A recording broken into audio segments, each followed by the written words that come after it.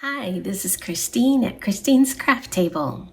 Today is Monday, December 29th. We are just about to end the year 2025, and I am looking forward to what the new year holds. I hope you are too. So I'm here for my weekly update. I give you an update on my health journey and what I've been crocheting. Yep. Those are my two topics, and so I'll just dive right in. Health-wise, I've been trying, I guess not hard enough, to lose weight for the past 6 months, actually all year long, but I only started talking about it with you all in June of this year. And so we're coming to the end of the year, so I thought I'd give you a recap of the whole year because that's a better result than just the last 6 months. Sadly, the last 6 months have pretty much just been maintenance because I have been up and down on the scale constantly within about 4 or 5 pounds. And thankfully, I'm ending the year just a tiny bit lower than when I started in June. But let's just recap here. For the week, I gained 0.4 pounds, which is totally deserved because there were treats this week. I'm not gonna lie. We got a wonderful box of C's candy, which we devoured, my husband and I. And I might have had more than half. That's just, it's a good thing we don't have C's candy locally here. And so, we splurge once a year, and my sister always gives us a box and mails it to us. So we thoroughly enjoyed it, but that probably played into my gain this week. I also made a delicious chocolate chip banana quick bread.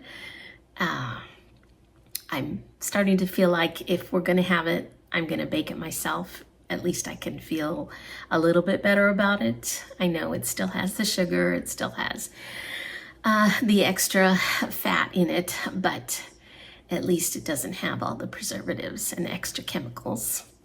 So we had that, and what else did I have? Chocolate, dark chocolate usually, but I did have some milk chocolate, aside from the box of C's candy. Ooh, sadly. And ice cream. I did have a couple of Haagen-Dazs indiscretions. So all that to say, I'm thankful it was just 0.4 pounds. And we are moving on. Now, on the bright side this week, I downloaded this recipe plan or meal plan. It's a 5-day meal plan that Faithful Workouts had put out. She has several of them, and this is just the first one I came upon. She calls it her gut healing or gut health meal plan.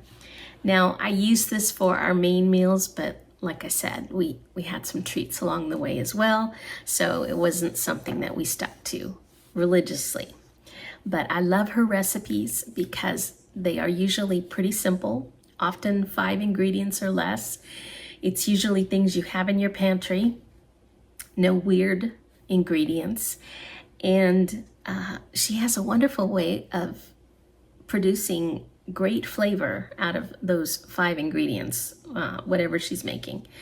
There's only been one recipe of hers that I tried that I did not like. So I have a lot of confidence in her recipes. So you want to know what I made? I love to share. So I'll just go through.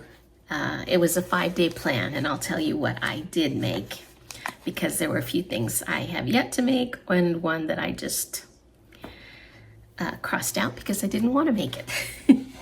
So there was a bone broth soup with quinoa and greens. We had that. It was just spinach or power greens I think I used for the greens. Totally simple. I still have to make the grilled salmon, roasted sweet potatoes, and steamed broccoli. I had a smoothie with kefir, spinach, and berries. I did that several times because I wanted to use up the kefir, because kefir is very expensive. So I didn't want to waste any of that. I have 1 serving left in the bottle. I got whole goat milk kefir, plain. And it's the first time I ever had it. It's like Greek yogurt, but just a tiny bit more sour and not as thick. Obviously, it's drinkable. So you start your smoothie with that, and then you add the spinach and some berries, and I think flaxseed, ground flaxseed. The first time I made it with chia seeds because I didn't have any flax seeds, because I didn't have a grinder, and I've read that you are not supposed to use or buy ground flax seed because it loses its goodness if it's been ground for a long time, or if it was pre-ground and you store it for a long time, it loses its effectiveness. So you should always buy, I've read, whole flax seeds and grind them yourself, and then you get the most benefit out of them. So I finally got around to buying a grinder this week and ground some flax seeds. So I did make it a couple times with the flax seeds, and to tell you the truth, I couldn't tell the difference between the two. So I made that. I made a lentil and vegetable soup. Super easy again. The vegetables were only celery and carrots. And then the lentils, which I cooked for the very first time. I had never cooked lentils before, and it was super easy. I just bought the bag of lentils, you know, just like they sell a little bag of beans. And, you know, I'm always intimidated by those type of ingredients because I don't cook them. But it was super easy, and made lots. I only made half the bag, and I still have some left over that I have to use. And we've already had that at least twice. So, and the second time I made it, I have found are very versatile. So I had some roasted cauliflower and carrots. So I used that today, and we had this again with some of the lentils, and it was delicious. Just the roasted cauliflower and carrots, which I chopped up smaller since it was going to be a soup, and added the lentils and a little bit of Mrs. Dash. She has I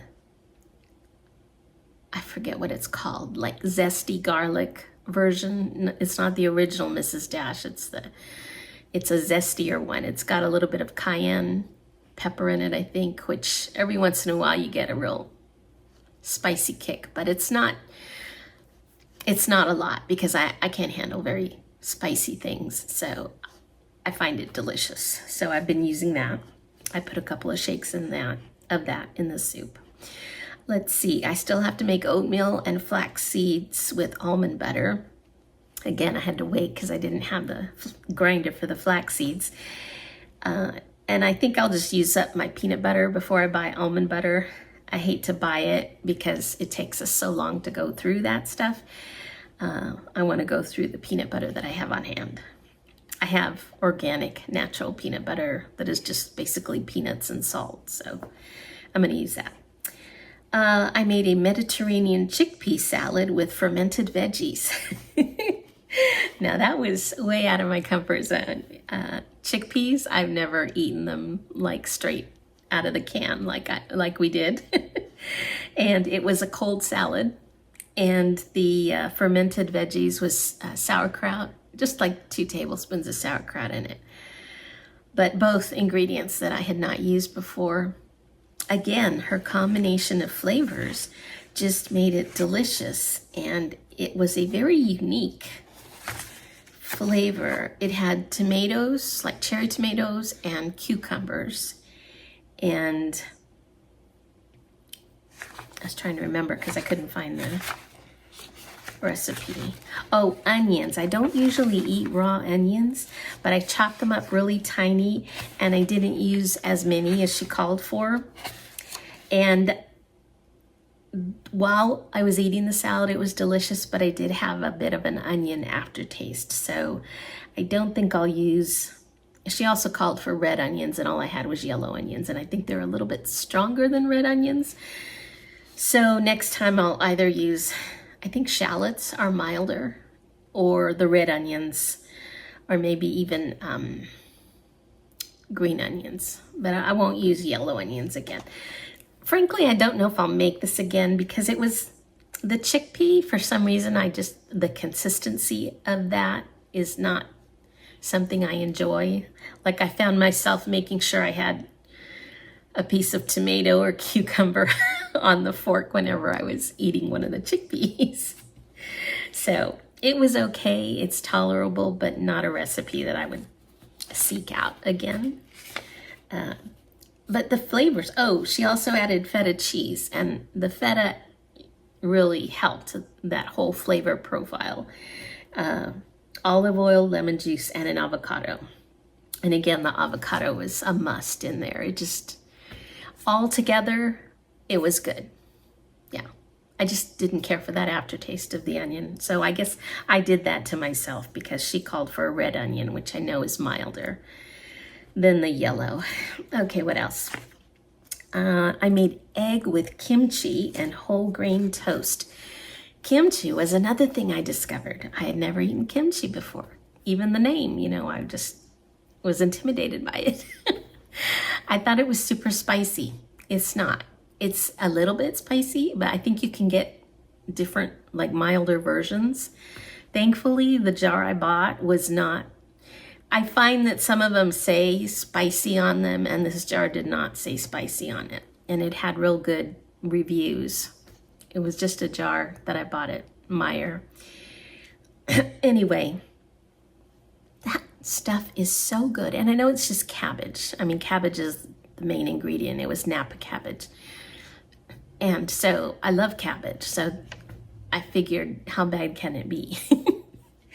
Well, it was delicious. I mean, I tell my sister, it's like a party in your mouth. The minute you bite into that kimchi, it is like your saliva just multiplies in your mouth tenfold at tasting that kimchi. So it's a really good counterpart to the egg because a scrambled egg is pretty mild. But you add that, I guess it's like adding hot sauce to an egg. And it was just delicious. With the toast, perfect. So, one thing I did not like about the Napa cabbage kimchi is they put whole pieces of the cabbage in, and a Napa cabbage is like as tall as a romaine, romaine lettuce. And so you get these huge pieces. And her recipe would call for like 2 tablespoons of kimchi. Well, there's no way you're going to measure out a tablespoon when you pull out this giant leaf of fermented cabbage. So I don't know why they don't chop it up a little bit more in the kimchi. Because the bottle was not very big. I think it was a 16-ounce bottle, or jar.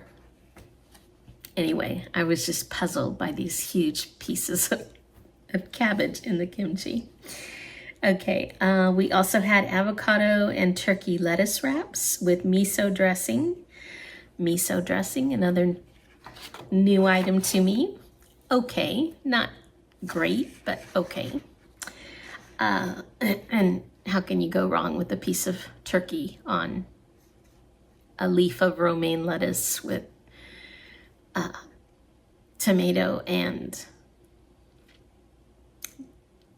avocado?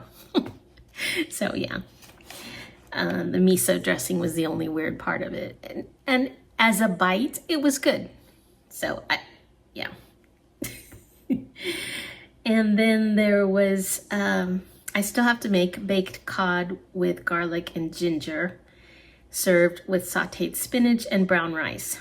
That actually sounds good. I don't think I've ever had cod before, so that'll be new to me. And it's currently defrosting in my fridge.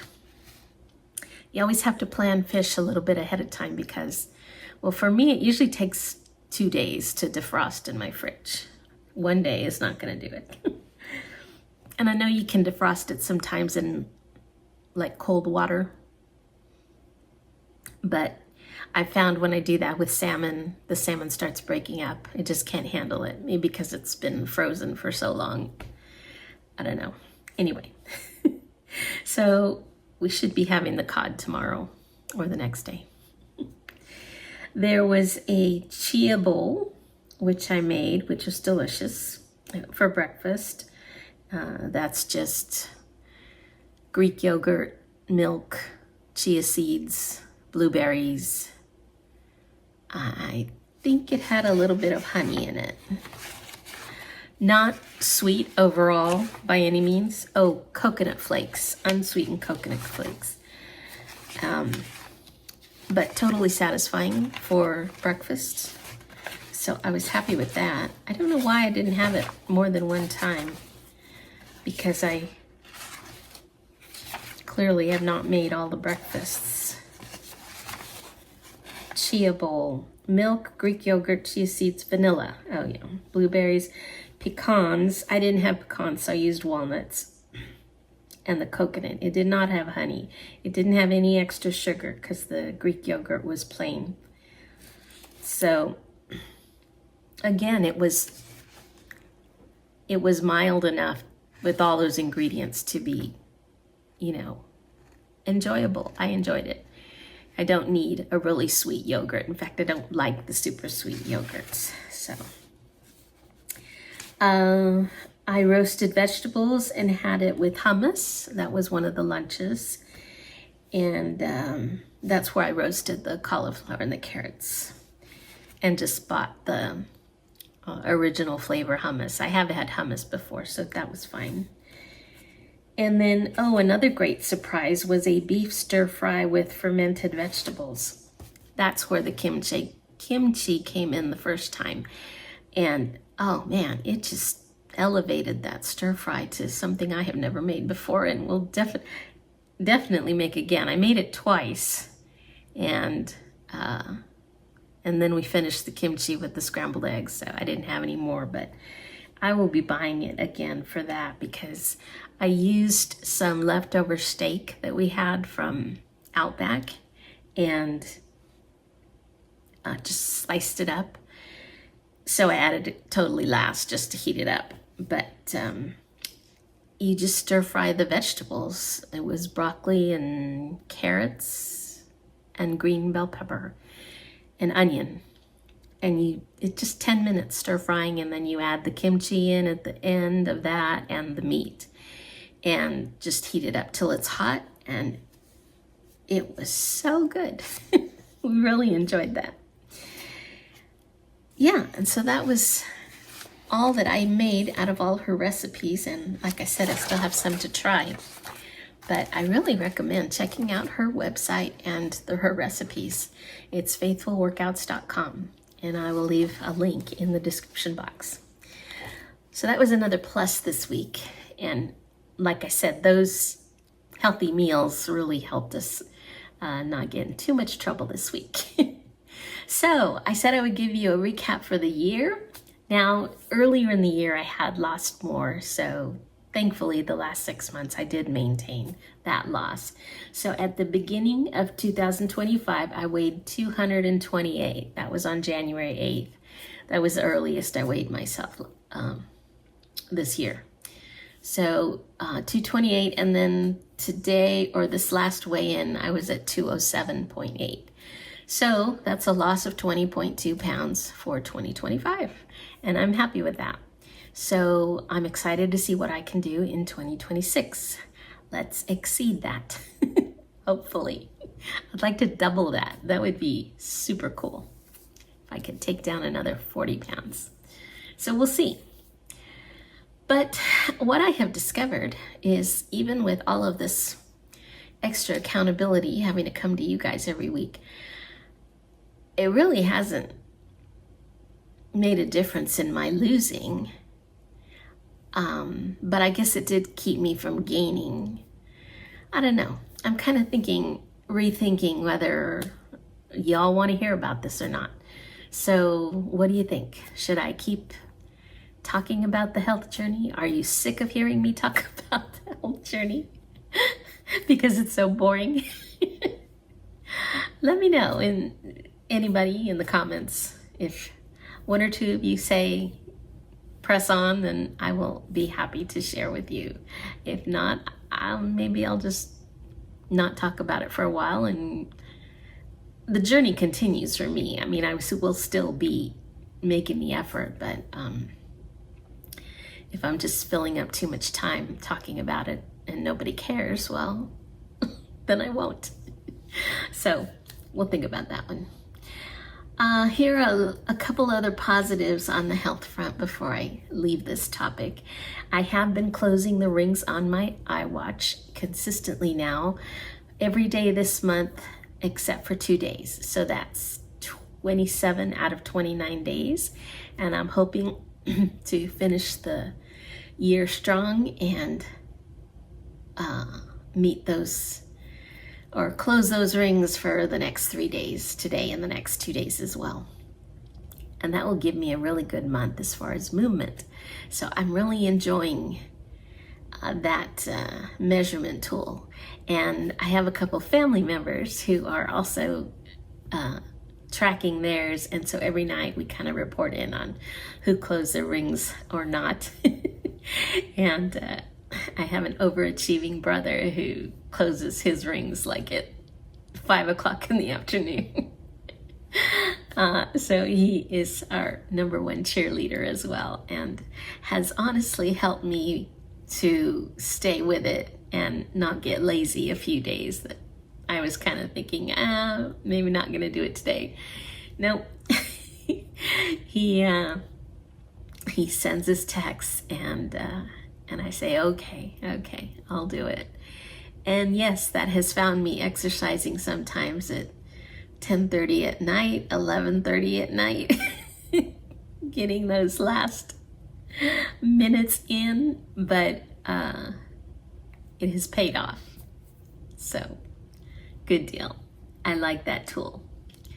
And then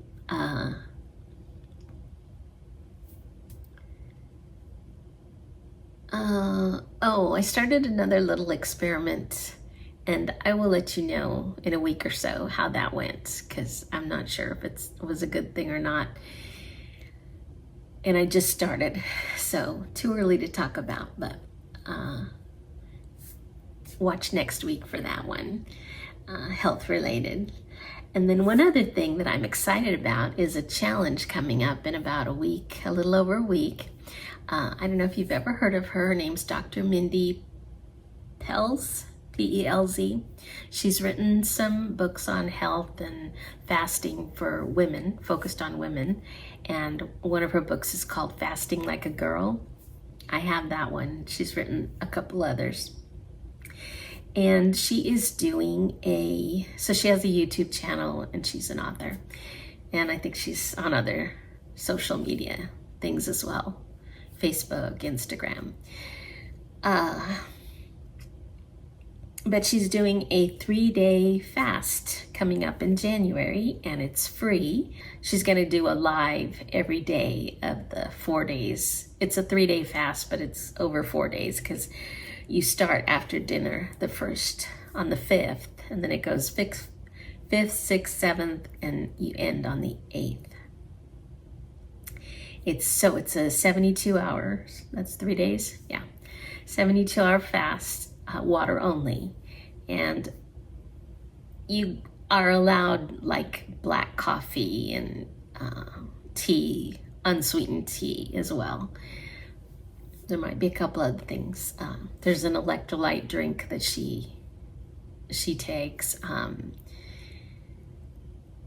Not much else. Oh, MCT oil is another thing that's allowed, like a tablespoon of MCT oil.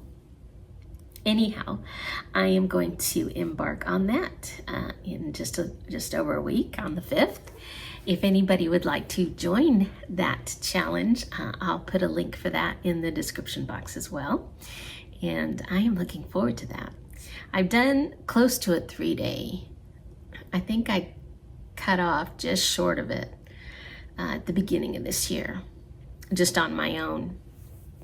So I know it's possible.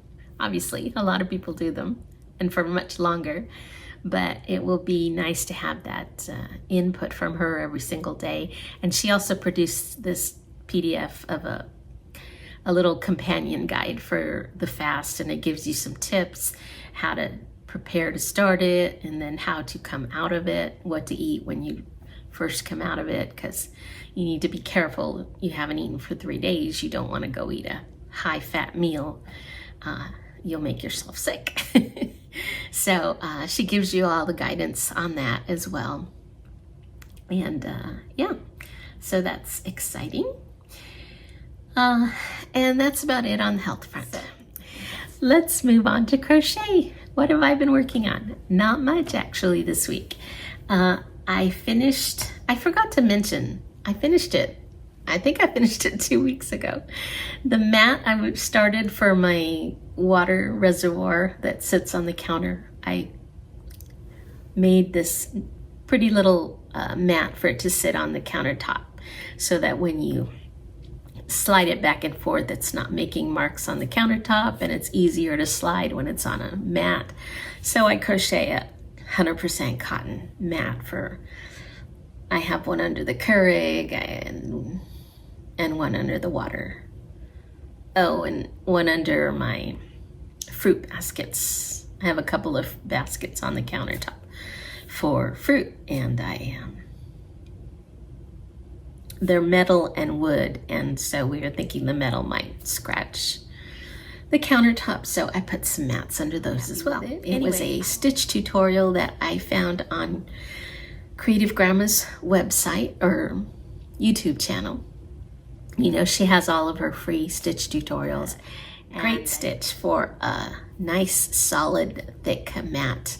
I held 2 strands of yarn together and used a smaller hook than was called for to get the tight stitch, but it works beautifully, and I was real happy with that.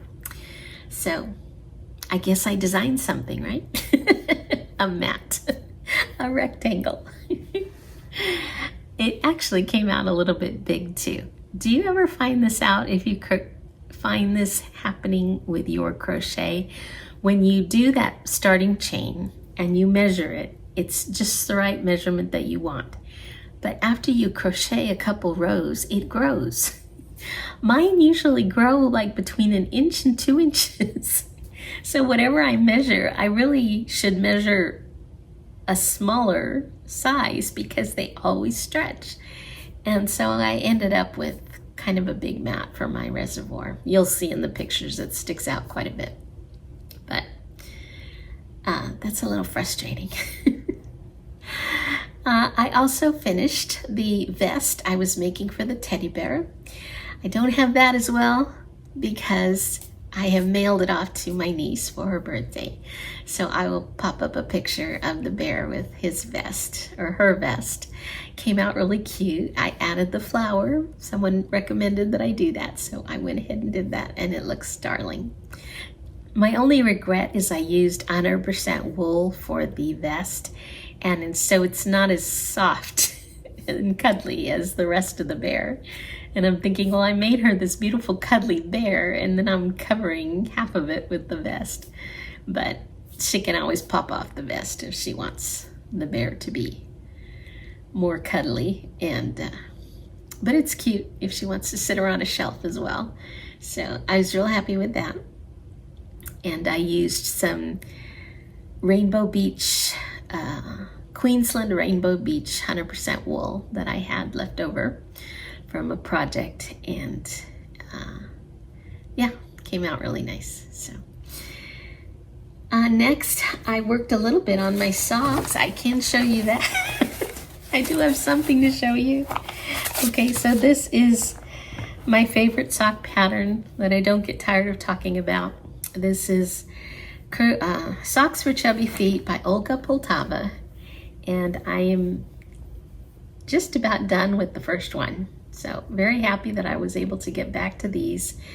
And this is, that's the yarn. It's called Mary Maxim Festive Feet.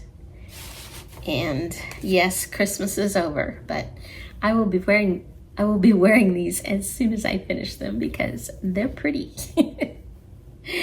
And they're actually looking a little wide, but I made them exactly to pattern. I wasn't going to adjust anything this time. And Oh, actually I did try them on and they're perfect. I forgot I had tried them on already. So yeah, happy with this. Lastly, I did do a couple of rows, maybe a couple more rows of my gingham blanket.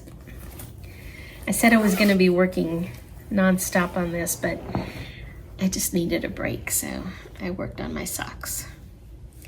But, oh, I've started the next section. So I'm on the 4th section. This is the start of the next one of this baby blanket. It's gonna have 2 more of these sections. The one I've started and one more. So it's about 50% there. A very pretty, nicely weighted cotton, 100% cotton blanket. And this beautiful pattern is by Daisy Farm Crafts, and it's free on their webpage. It's called the Crumpled Griddle Baby Afghan Blanket. Gingham. Crumpled Griddle Gingham. I'll put it on the screen. It's a long name. Anyway, she makes several gingham blankets, and I guess she uses different stitches. They're all beautiful. She made a beautiful one for Christmas. And, but anyhow, I'll put a link to this pattern as well for you if you are interested in making it. And that was all of my crochet for the week. See you next week in 2026.